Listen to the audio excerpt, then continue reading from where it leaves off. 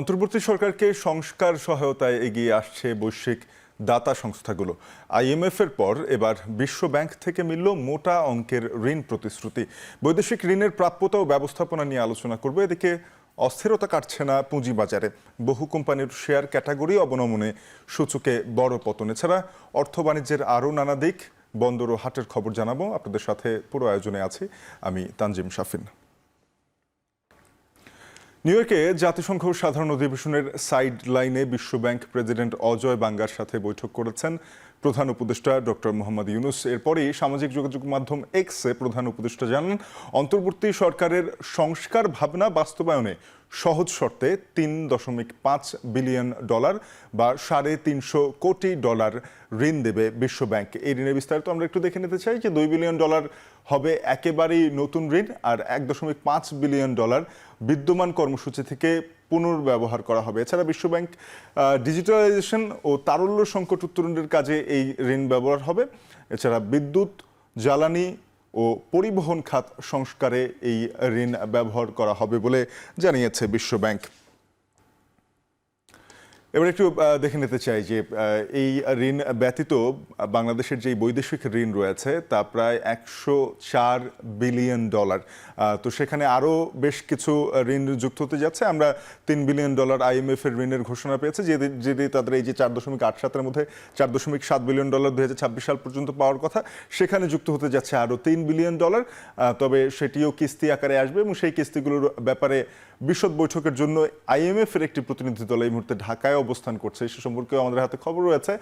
তবে আমরা যেই পরিসংখ্যানটি দেখছিলাম যে বাংলাদেশের $103.79 বিলিয়ন যেই বিদেশি ঋণ, সেটিও যদি আবার পুনরায় হালনাগাদ করা হয় এই মাস শেষে, তখন দেখা যাবে যে সেই ঋণগুলো নতুন করে আরও বাড়ছে।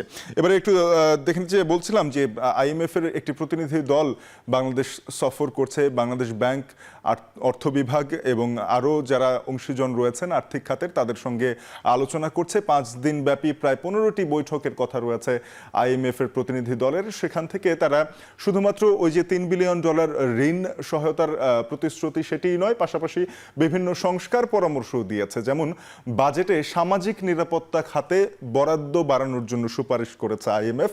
এছাড়া ভর্তুকি কমাতে কৌশলগত পরামর্শ, অর্থাৎ আমরা জানেন যে বিদ্যুৎ, জ্বালানি খাতে এবং সারে বাংলাদেশ বিপুল পরিমাণে ভর্তুকি দিয়ে আসছে।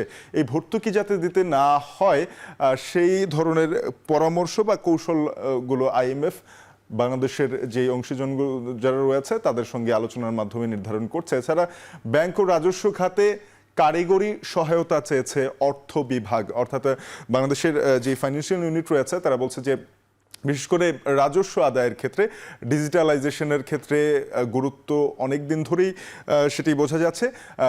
পুরোপুরি অটোমেশনের কথা বলা হচ্ছে রাজস্ব খাতে, সেটি কিভাবে করা যায় এ সম্পর্কিত পরামর্শ আইএমএফ এর কাছ থেকে পাওয়া যাচ্ছে। এবারে একটি ভিন্ন বিষয় আসে। বাংলাদেশ ব্যাংক সম্প্রতি হালনাগাদ প্রকাশ করেছে গত অর্থবছর, অর্থাৎ 2023-24 অর্থবছরের শেষ প্রান্তিকের। সেখানে উঠে এসেছে যে শেষ প্রান্তিকে অর্থাৎ জুন প্রান্তিকে এই 4 মাসে প্রায় 3,000 নতুন অ্যাকাউন্ট কোটি টাকার মালিক হয়েছে।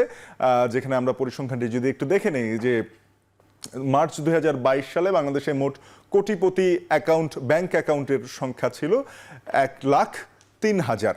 সেটি এখন জুন 2024 এসে দাঁড়িয়েছে 1,19,000। অর্থাৎ এই সময়ের মধ্যে আমরা দেখতে পাচ্ছি যে প্রায় 16,000 ব্যাংক অ্যাকাউন্ট কোটিপতি ব্যাংক অ্যাকাউন্টে উন্নীত হয়েছে।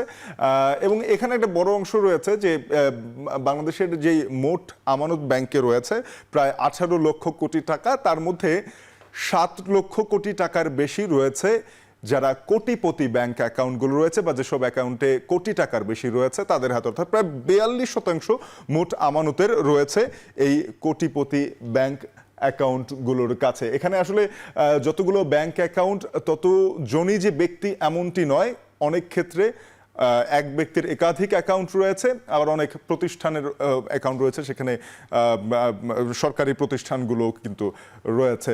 তো যাই হোক, সেখানে 3,000 প্রায় নতুন কোটিপতি অ্যাকাউন্ট এসেছে, সেটি আমরা দেখছিলাম।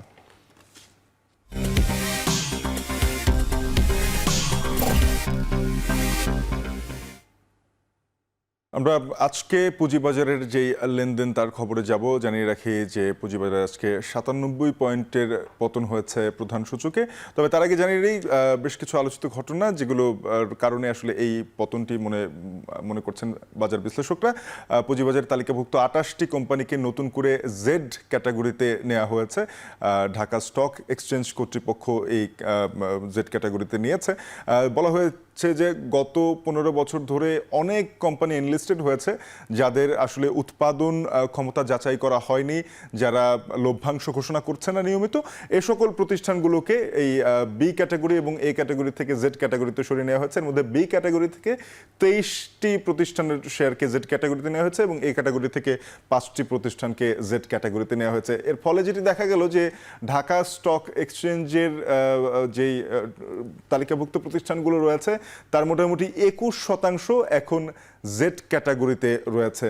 আমরা যদি দেখি যে এ ক্যাটাগরিতে 230টি শেয়ার রয়েছে মোট, এছাড়া বি ক্যাটাগরিতে রয়েছে 79টি, এন ক্যাটাগরিতে রয়েছে 4টি এবং জেড ক্যাটাগরিতে 28টি শেয়ার সংযুক্ত হওয়ার পরে 84টি প্রতিষ্ঠানের শেয়ার রয়েছে জেড ক্যাটাগরিতে। এই মুহূর্তে মোট 397টি প্রতিষ্ঠান শেয়ার বাজারে অ্যাক্টিভলি লেনদেন করছে, আমরা এটি দেখছি। এছাড়া আরও একটি খবর যেটি হচ্ছে যে ইসলামী ব্যাংকের শেয়ার দর বেড়ে যাওয়ায় সেটিকে অনেকটা সন্দেহজনকভাবে বেড়েছে বলে বাজার বিশ্লেষকরা মনে করছেন এবং বিএসইসি কর্তৃপক্ষ, ঢাকা স্টক এক্সচেঞ্জ কর্তৃপক্ষ তারাও এই বিষয়টি বিবেচনায় নিয়ে ইসলামী ব্যাংকের 82% শেয়ার জব্দ করার ঘোষণা দিয়েছে।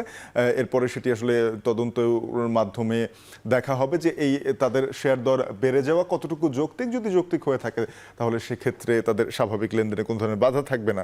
এখানে আমরা দেখছি 1.5 মাসের মধ্যেই শেয়ারের দাম 2 গুণের বেশি বেড়েছে। শেয়ারের বড় অংশ এস আলম সংশ্লিষ্ট 24 প্রতিষ্ঠানের, প্রায় 36% উদ্যোক্তার শেয়ার কমে শূন্যের ঘরে, অর্থাৎ উদ্যোক্তার শেয়ার যেগুলো রয়েছে সেগুলো একেবারে নেই বললেই চলে। প্রাতিষ্ঠানিক শেয়ার 43% থেকে বেড়ে 73% পৌঁছেছে। এছাড়া 1 মাসের মধ্যে মূল্যবৃদ্ধির কারণ অনুসন্ধানের নির্দেশনা দিয়েছে ঢাকা স্টক এক্সচেঞ্জ। এবার আমরা আজকের যে লেনদেনের চিত্র সেটি একটু দেখে নিতে চাই। 97 পয়েন্টের পতন হয়েছে ডিএসসির সার্বিক সূচক ডিএসসি এক্সে। তবে লেনদেন আমরা দেখছি যে লেনদেনও হয়েছে 530 কোটি টাকার মাত্র। আমরা গত কয়েক সপ্তাহ ধরে দেখছি যে লেনদেন 1000 কোটি টাকা পার করেনি। সেখানে আমরা দেখছি যে বেশিরভাগ প্রতিষ্ঠানের শেয়ার দর কমেছে। 299টি প্রতিষ্ঠান শেয়ার দর হারিয়েছে, দর বেড়েছে মাত্র 72টির এবং দর অপরিবর্তিত থেকেছে 25টির। ডিএসিএস বা ডিএস সরিয়া সূচকটিও 31 পয়েন্ট কমেছে। পাশাপাশি ভালো ভিত্তির 30 প্রতিষ্ঠান নিয়ে ডিএস 30 সূচকটি সেটিও 30 পয়েন্ট কমেছে। সরিয়া সূচক দাঁড়িয়ে আছে 1261.93 পয়েন্টে এবং ডিএস 30 সূচক দাঁড়িয়ে আছে 2064.93 পয়েন্টে। সকাল লেনদেন শুরুর পর থেকে 11টা পর্যন্ত লেনদেনে ইতিবাচক ধারা দেখা গেছে। এরপরে ধারাবাহিকভাবে দর পতনে 97 পয়েন্টের পতন হয়েছে দিন শেষে। আমরা যদি দেখি পুরো সপ্তাহের লেনদেনের চিত্র তাহলে আমরা দেখতে পারবো যে শেষ দিনে বড় পতনের কারণে পুরো সপ্তাহে 96 পয়েন্ট কমেছে ডিএসসিএস এক্স বা শেয়ারবাজার সার্বিক সূচক। আমরা দেখছি যে রোববার মাত্র 0.29 পয়েন্টের পরিবর্তন হয়েছিল পুঁজিবাজারে। এরপরে ধারাবাহিকভাবে সোম মঙ্গলবার সূচকের উত্থান হয়েছে 25 ও 17 পয়েন্ট করে। শেষ 2 দিনে শেয়ারবাজারে বড় ধরনের পতন দেখেছি আমরা। 41 পয়েন্টের পতন হয়েছিল বুধবারে এবং আজকের দিনেও আমরা দেখলাম যে 97 পয়েন্ট হারিয়েছে প্রধান সূচক। আমরা যদি লেনদেনের চিত্র দেখি তাহলে দেখব যে সপ্তাহ শুরু হয়েছিল 700 কোটির কাছাকাছি লেনদেন দিয়ে, তা অতিক্রম করেছিল তৃতীয় এবং চতুর্থ দিনে। তবে শেষ দিনে এসে লেনদেন অনেকটাই কমেছে। আমরা দেখছি যে প্রায় 200 কোটি টাকার লেনদেন কমেছে আজকের দিনে। এবারে আমরা চট্টগ্রাম স্টক এক্সচেঞ্জের তথ্যগুলোটি দেখে নিই। চট্টগ্রাম স্টক এক্সচেঞ্জও একই রকমের আত্মবিশ্বাসের ঘাটতি লক্ষ্য করা গেছে। সেখানেও 208 পয়েন্ট পড়েছে প্রধান সূচক, দাঁড়িয়ে আছে 15,793.22 পয়েন্টে। লেনদেন হয়েছে 13 কোটি 32 লাখ টাকার। 168 প্রতিষ্ঠান শেয়ার দর হারিয়েছে, দর বেড়েছে 46টির এবং দর অপরিবর্তিত থেকেছে 14টি প্রতিষ্ঠানের। ব্রাহ্মণবাড়িয়ার আখাউড়া স্থলবন্দর দিয়ে 7.5 টন ইলিশ রপ্তানি হচ্ছে ভারতে। 2টি রপ্তানিকারক প্রতিষ্ঠান এসব ইলিশ রপ্তানি করছে, যার প্রতি কেজির দাম $10 মার্কিন করে, যা টাকায় রূপান্তর করলে আসে আমরা দেখছি 1200 টাকা করে। এ বিষয়ে বিস্তারিত জানতে আখাউড়া স্থলবন্দর থেকে যুক্ত হচ্ছেন সহকর্মী আজিজুল সঞ্চয়, তার সঙ্গে কথা বলবো। সঞ্চয়, জানাবেন যে যেই ইলিশগুলো রপ্তানি হচ্ছে তার ওজন ভিত্তিতে যদি আমরা আকার চিন্তা করি, সেই আকারটা কেমন?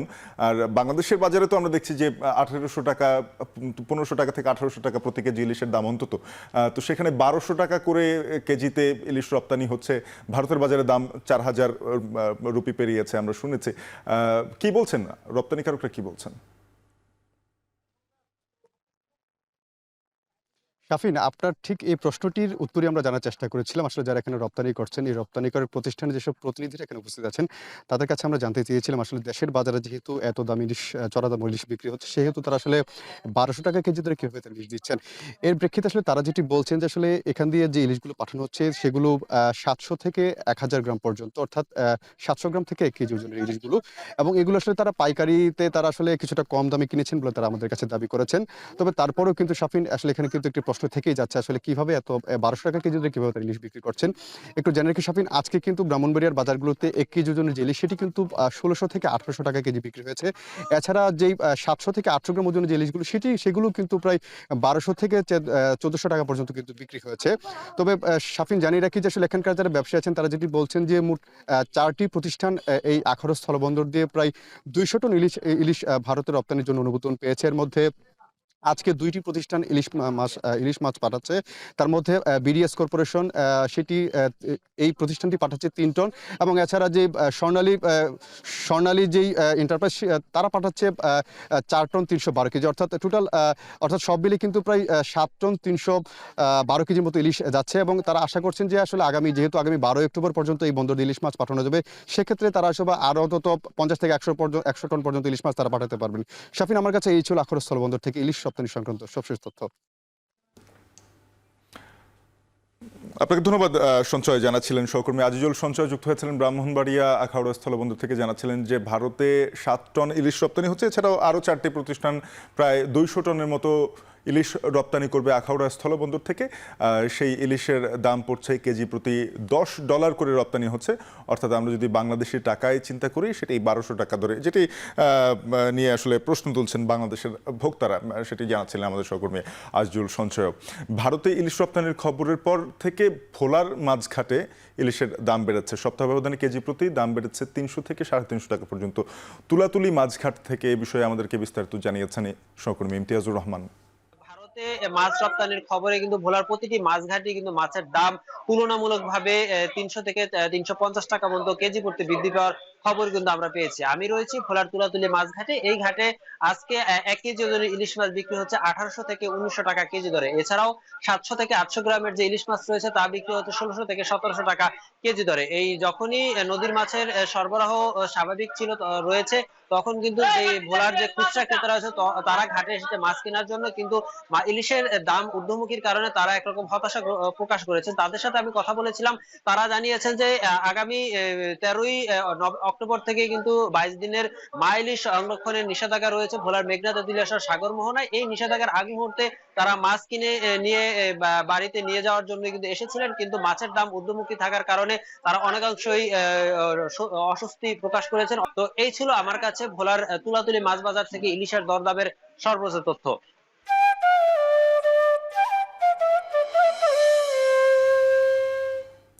এদিকে সপ্তাহ দুয়েক পরেই শুরু হচ্ছে শারদীয় দুর্গাপূজার মূল আনুষ্ঠানিকতা।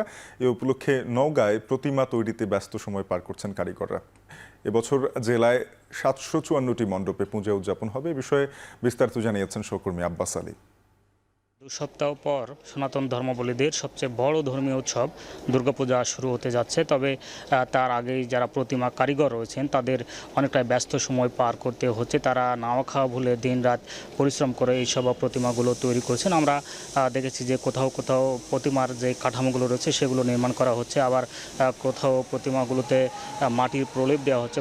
আগামী 9 অক্টোবর ষষ্ঠী পূজার মধ্য দিয়ে যেহেতু দুর্গা উৎসব শুরু হবে, তার আগেই রং তুলির কাজ শেষ শেষ করে এইসব প্রতিমাগুলো মণ্ডপে মণ্ডপে হস্তান্তর করা হবে। গত বছরের তুলনায় এবছর মাটি, খড়, শ্রমিক, রং তুলি সহ বিভিন্ন যে আনুষঙ্গিক উপকরণ রয়েছে সেগুলোর দাম কিছুটা বেড়েছে। বলা যায় যে একটি প্রতিমা তৈরিতে তাদের খরচ বেড়েছে কমপক্ষে 3 থেকে 4,000 টাকা পর্যন্ত। তারা বলেছেন যে যেহেতু প্রতিমা এবছর স্বল্প পরিসরে তারা তৈরি করছেন, সেখানে তাদের 25 থেকে 50,000 টাকার মধ্যে তারা তৈরি করছেন। এখান থেকে তাদের যে লাভ হওয়ার কথা ছিল, প্রতিমার উপকরণের দাম বেড়ে যাওয়ার কারণে তাদের খরচ লাভ কিছুটা কম হচ্ছে। তারা বলছেন যদি এইসব উপকরণের দাম যদি কিছুটা কমানো যায় তারা লাভ কিছুটা পাবেন। জেলা প্রশাসনের পক্ষ থেকে প্রতিটি মণ্ডপে আসলে পুলিশের বিভিন্ন যেই স্তরগুলো রয়েছে, পুলিশি পোশাকের পাশাপাশি গোয়েন্দা পোশাক বা সাদা পোশাকে তারা নিরাপত্তার ব্যবস্থা গ্রহণ করবে বলে জানিয়েছেন জেলা পুলিশ সুপার। এই ছিল